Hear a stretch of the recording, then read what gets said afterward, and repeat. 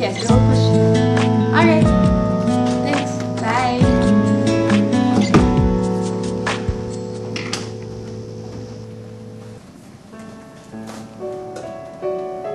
I made arrangements para ko yung coffee table. I emailed you the schedule. Nakita mo? Yes. Ba't di mo na isabay yung bookshelf? I won't get the bookshelf. Hindi bagay sa bahay. So you got...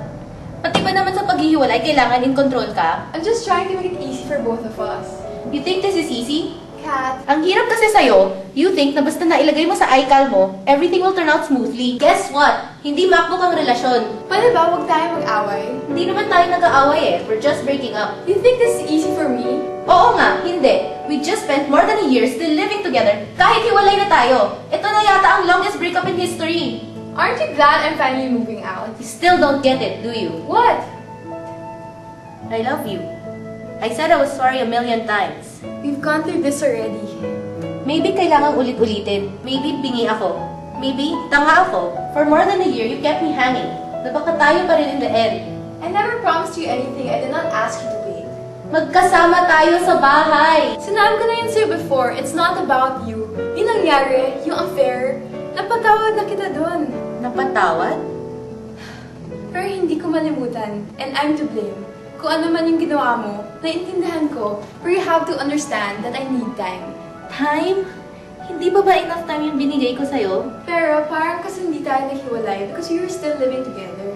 Alam mo, what really gets to me is that you can't even tell me directly na ayaw mo na. You keep saying na you need time, you need space, na it's the best thing to do at this point, na it's better that we're not committed muna to each other.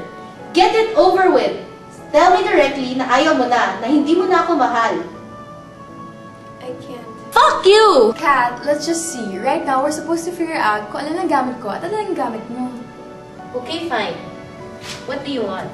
Ikaw muna. What do you want? Hindi mo mabibigay eh.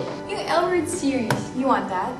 Napanood ko naman na yung buong series. Ikaw, di mo pa napanood yung buo. Okay, thank you. Yung tapestry galing Thailand. Di ba pasalubong mo yun sa akin? Oo nga pala, sorry. Yung... Mahal mo pa ba ako? Oo. Then why are we doing this? Because... Give up ka na ba? Maybe we can still work it out. We tried! God, Kat, napag-usapan na natin to a year ago. Sana umalis ka na. Hindi yung umaasa ako. Akala ko kasi... Akala mo na ano? Na okay lang ako? I was never okay. I was living with you, pero parang hindi tayo magkasama. Kasi nga, nag-break na tayo, diba?